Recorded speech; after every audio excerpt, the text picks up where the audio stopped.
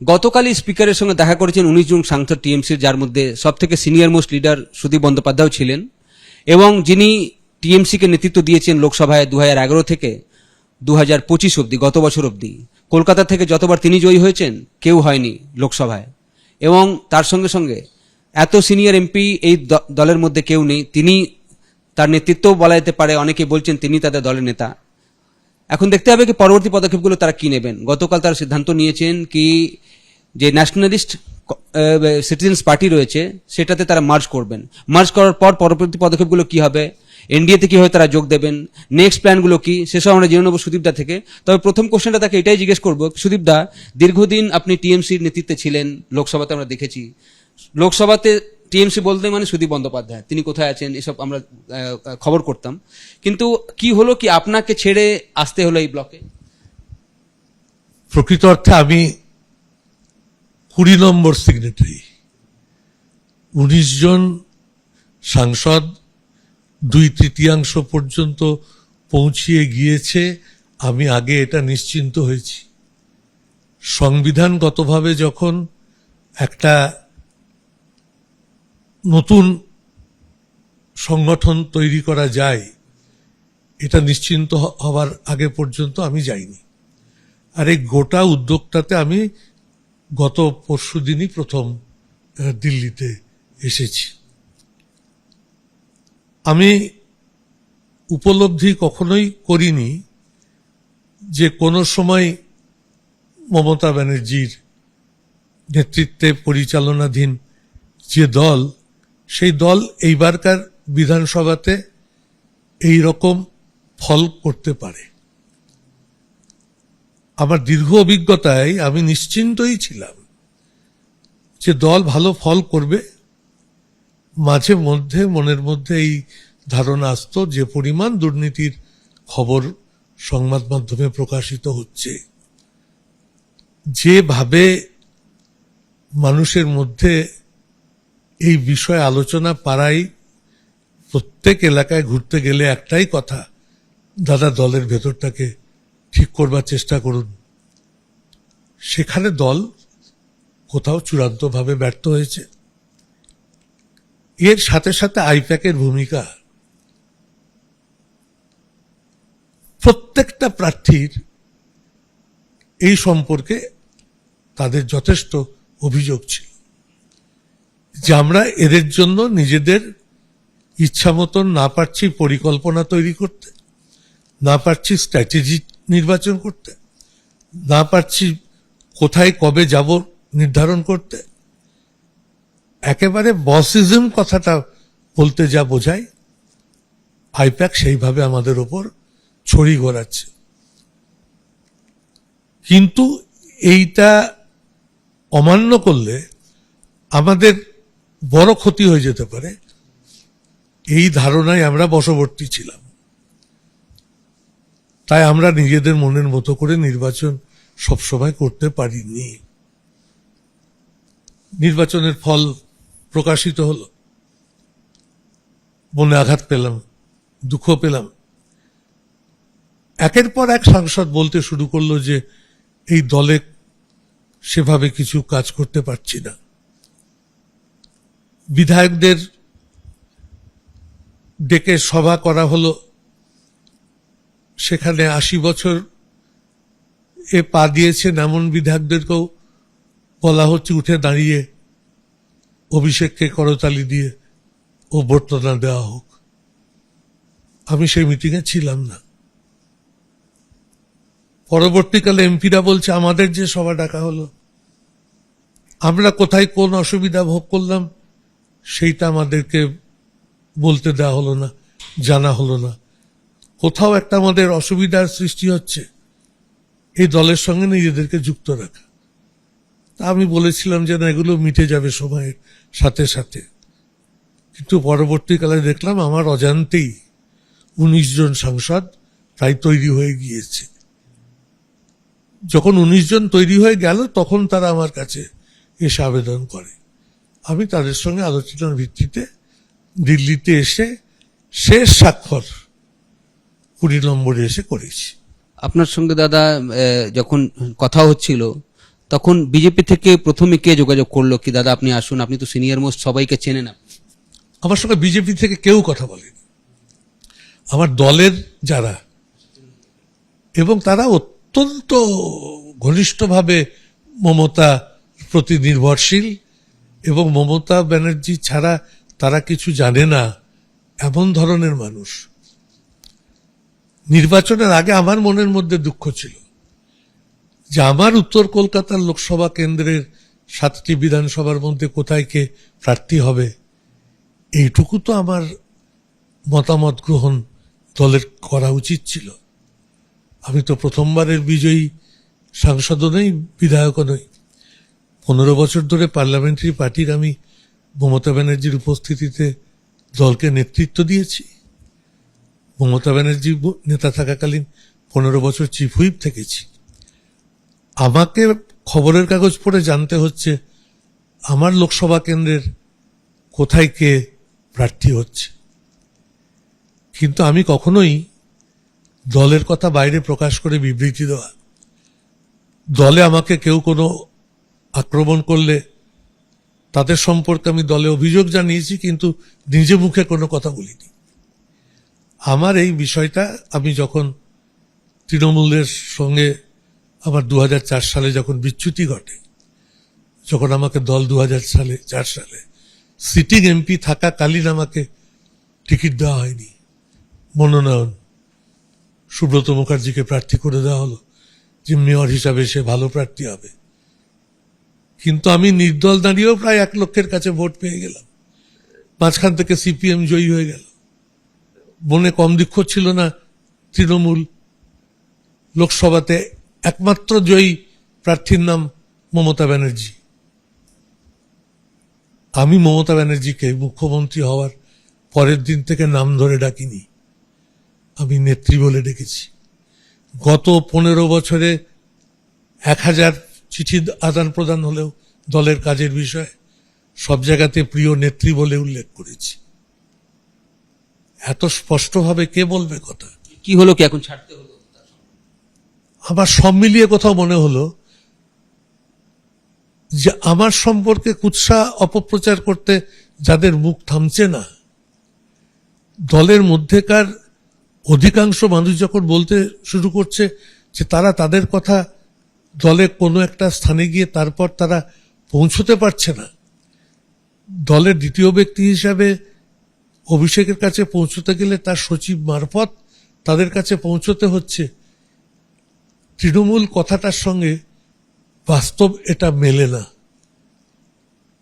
তৃণমূল কথা এবং মাটির সঙ্গে যোগাযোগ রেখে চলা নেতৃত্বের যে ব্যবস্থাপনা এই দলের মধ্যে ছিল, সেটা গত 5 বছর চলেনি। তাই কোথাও গিয়ে আমার মনে হয়েছে যে এই দলের একটা পরিবর্তন হওয়া দরকার, কিন্তু তৃণমূলের নামের সঙ্গে, তার পরিচয়ের সঙ্গে, তার নেত্রীর সঙ্গে যে আত্মিক যোগ মাঝখানে কিছুটা বিলুপ্তি হয়েছিল। তৃণমূলের বিরুদ্ধেও আমাকে দাঁড়িয়ে তৃণমূলকে পরাস্ত করতে হয়েছিল বিধানসভার ভোটে। কিন্তু আমি এখনো মনে করি মমতা ব্যানার্জির সেই দক্ষতা এবং যোগ্যতা নিশ্চয়ই এখনো অপরিবর্তিত।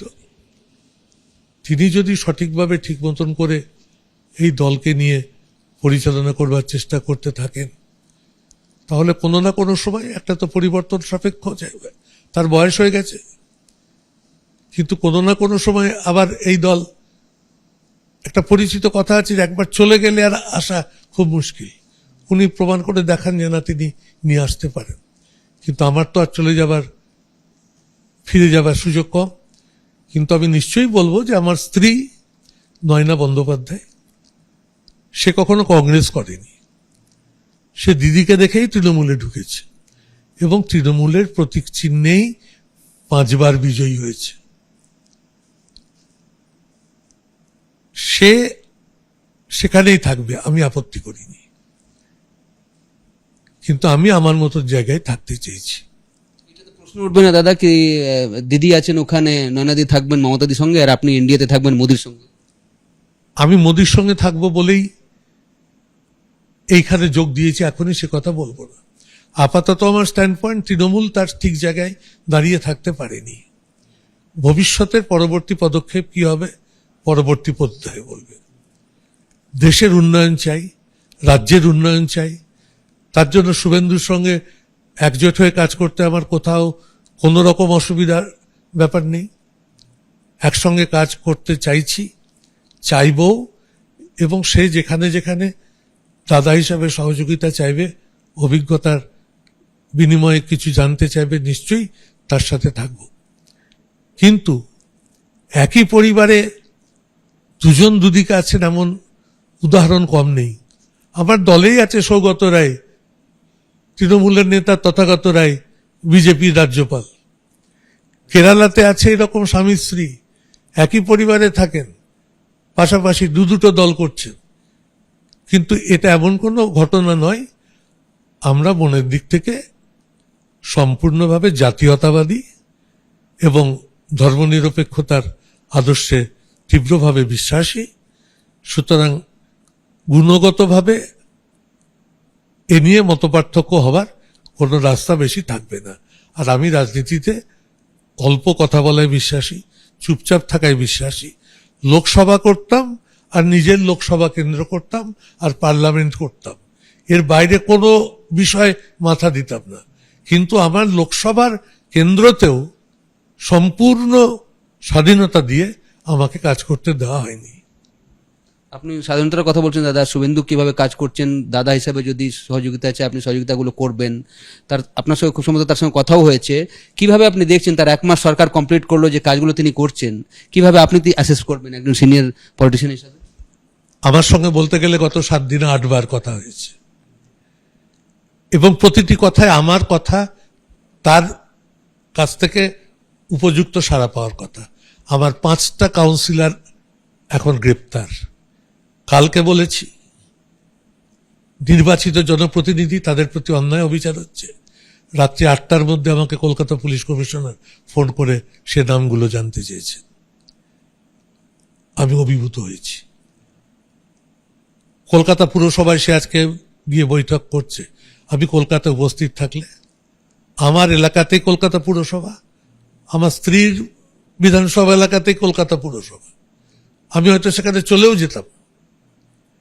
এর ছাড়াও যখন যে কোনো বিষয়ে কোনো সংকট বা সমস্যা নিয়ে আলোচনার কথা হচ্ছে, তার কাছ থেকে আমি যথেষ্ট উপযুক্ত সাড়া পাচ্ছি।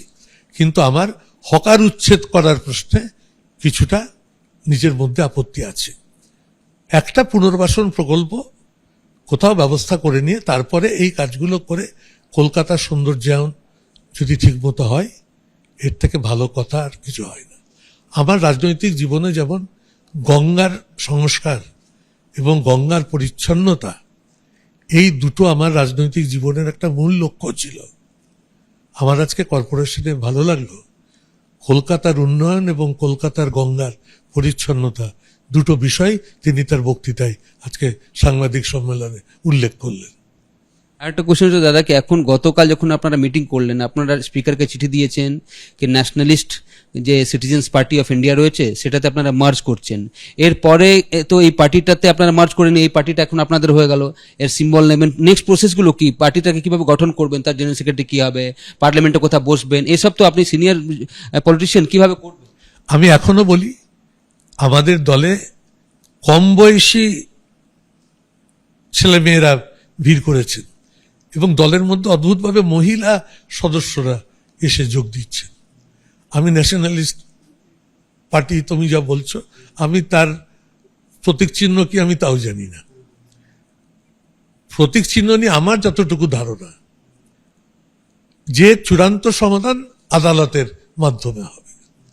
আদালত যে সিদ্ধান্ত নেবেন, অপরপক্ষে বড় বড় উকিল আছেন, কপিল সিব্বাল আছেন, মনু সিংভি আছেন, গুরুস্বামী আছেন, তারা তাদের মতো করে বলবেন, এদিকে উকিল দেওয়া থাকবে, পরবর্তীকালে বিচার হবে কে কোন জায়গায় দাঁড়িয়ে থাকবেন।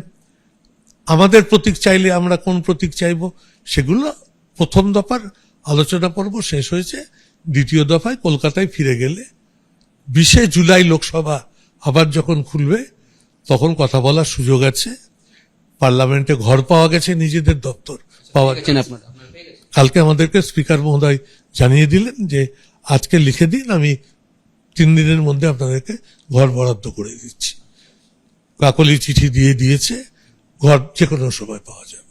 সো পার্লামেন্ট আমাদের ঘর থাকবে, আপনাদের স্বাগত, সেখানে আসবেন আপনি। নেক্সট স্টেপগুলো এখন কি করবেন? সংগঠনটাও তো সেগুলো গিয়ে বসে আলোচনা করতে হবে। এখন এতগুলো এমপি সঙ্গে এসছে, তাদের তো অভিমত নেওয়া যেতে পারে তারা জেলায় তাদের সভাপতি কাকে চাইছে। ওদিকে 59 জন এমএলএ আরেকটা গোষ্ঠী বানিয়ে রেখেছেন, সেই এমএলএ গুলো তো আর মূল জায়গায় নেই। তাহলে এই উভয় পক্ষ মিলিয়ে যদি একটা বড় আকারের সত্যিকারের সভা কলকাতাতে করা যায়, তার প্রতিফলন কত বড় আকারে ঘটতে পারে সেটা আমি এখানে বসেই বুঝতে পারছি। সংগঠন একটা বানিয়ে নেওয়া খুব বেশি অসুবিধার কারণ নেই। একটা কোশ্চেন ছিল দাদা এখানে, কি দেখুন আপনারা যে 20 জন সাংসদ গতকাল চিঠি দিয়ে জানালেন কি আপনারা এনডিএর সঙ্গে থাকবেন। এখন প্রশ্ন হচ্ছে কি এনডিএর সব থেকে বড় শরিক আপনারা হয়ে যাবেন, জেডিইউ এবং টিডিপি তার নিচে চলে যাবে, অর্থাৎ বিজেপির পর সব থেকে বড় পার্টি এনডিএতে এই আপনাদের ব্লক বা আপনাদের যে ন্যাশনালিস্ট কংগ্রেস সিটিজেন্স পার্টি যদি হয়, সেক্ষেত্রে এরা মনে করা হচ্ছে কি আপনারা হয়তো সরকারেও যোগ দেবেন, মন্ত্রীও হবেন, এই চিন্তা ভাবনাও কি রয়েছে? এ বিষয়ে বিন্দুমাত্র আলোচনা হয়নি,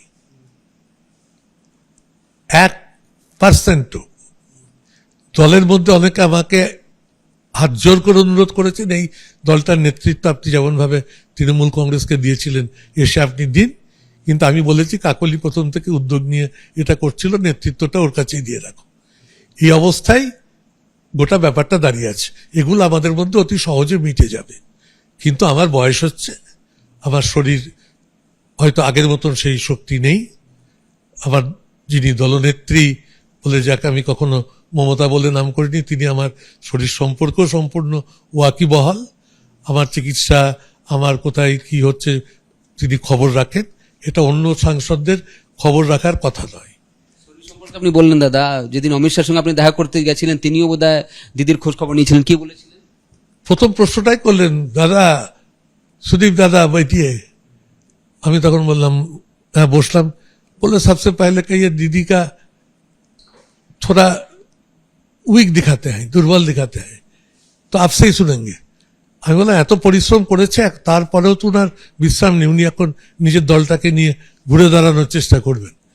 তখন উনি প্রথমেই বিষয়টা তুললেন যে একটা ভুল উনার বড় হয়েছে, আমাকে বেড়া তার দিতে দেননি। বারবার করে বলেছি, দেখা করেছি, গিয়ে বসেছি, হোম সেক্রেটারিকে নিয়ে গিয়েছি, কিন্তু আমি ওই আলোচনার মধ্যে বেশি ঢুকলাম না, অন্য প্রসঙ্গে চলে গেল। তার নিজের পুত্র সম্পর্কেও তিনি কথা বললেন, যিনি আইসিসির এখন দায়িত্বে হারে আছেন, 37 বছর বয়স্ক ছেলে, তিনি তাকেও গাইড করেন প্রয়োজনে জানতে পারলে। এসব কথা তার সঙ্গে হলো এবং তিনি যথার্থভাবে বললেন যে আপনার কাছেও তো শিখবার জানবার আছে, এত অভিজ্ঞতা আপনার আছে লোকসভার মধ্যে। দাদা বলছি কি যে দলে আপনারা মার্জ করলেন সেই দলের প্রেসিডেন্ট বা জেনারেল সেক্রেটারি বা ভাইস প্রেসিডেন্ট কাউকে আপনারা চেনেন? না, আমি তো চিনি না, অন্তত নামও শুনলাম প্রথম, দপ্তর দেখলাম এবিপি আনন্দে, তা আমার কাছে এখনো সে সম্পর্কে কোনো ধারণা বিশ্বাস হয়নি এবং আমার সঙ্গে কখনো দেখা হবে বলে আমার মনেও হয় না। কিন্তু এর আগে দাদা আপনি নিজে ইন্ডিপেন্ডেন্ট দাঁড়িয়েছেন, কংগ্রেসে ছিলেন, টিএমসি কে ক্যান্ডিডেটকে হারিয়েছেন, আবার টিএমসি থেকে এখন বেরিয়ে এসেছেন, আবার একটা দল তৈরি করার একটা প্ল্যান রয়েছে, সেটা কিভাবে করবেন? একটা কিছু প্ল্যান করে রাখেন? আমার দল যদিও বা তৈরি করার উদ্যোগে আমার কিছুটা ভূমিকা থাকতে পারে, আমি 2029 লোকসভার নির্বাচনে দাঁড়াবো না, এটা প্রথম তোমার কাছে জানিয়ে দিলাম। কেন সুদীপ দা, আপনার তো এখনো ফিট আছে? কোনো একটা সময় পরবর্তী প্রজন্মকে স্থান করে দেওয়ার প্রয়োজন, সেটা আমি করে দিতে চাই। তো জানালেন সুদীপ বন্দ্যোপাধ্যায় নেক্সট প্ল্যানগুলো কি রয়েছে এবং কেন তিনি মমতা বন্দ্যোপাধ্যায় টিএমসি ছেড়ে এই ব্লকে এলেন, এই দল তৈরি করাতে তিনি ইচ্ছুক রয়েছেন, সেই প্ল্যানিংগুলো তিনি করছেন। লোকসভায় ইতিমধ্যে তারা ঘর পেয়ে যাচ্ছেন। শুভেন্দু অধিকারীর সঙ্গে তার 7-8 বার কথা হয়েছে গত 7 দিনের মধ্যে, যে কথাগুলো শুভেন্দু তাকে দিয়েছেন সেই কাজগুলো তিনি করছেনও। আজকে শুভেন্দু অধিকারী মুখ্যমন্ত্রী গেছিলেন কর্পোরেশনে, সেখানে যে স্টেপসগুলো নিয়েছেন সেটাকে স্বাগত জানাচ্ছেন সুদীপ বন্দ্যোপাধ্যায়। তার সঙ্গে সঙ্গে এটাও জানিয়ে দিলেন কি 2029 আর লোকসভায় তিনি দাঁড়াবেন না। विजेंद्र सिंह एबीपी आनंद, नया दिल्ली। এবিপি আনন্দ, এগিয়ে থাকে, এগিয়ে রাখে।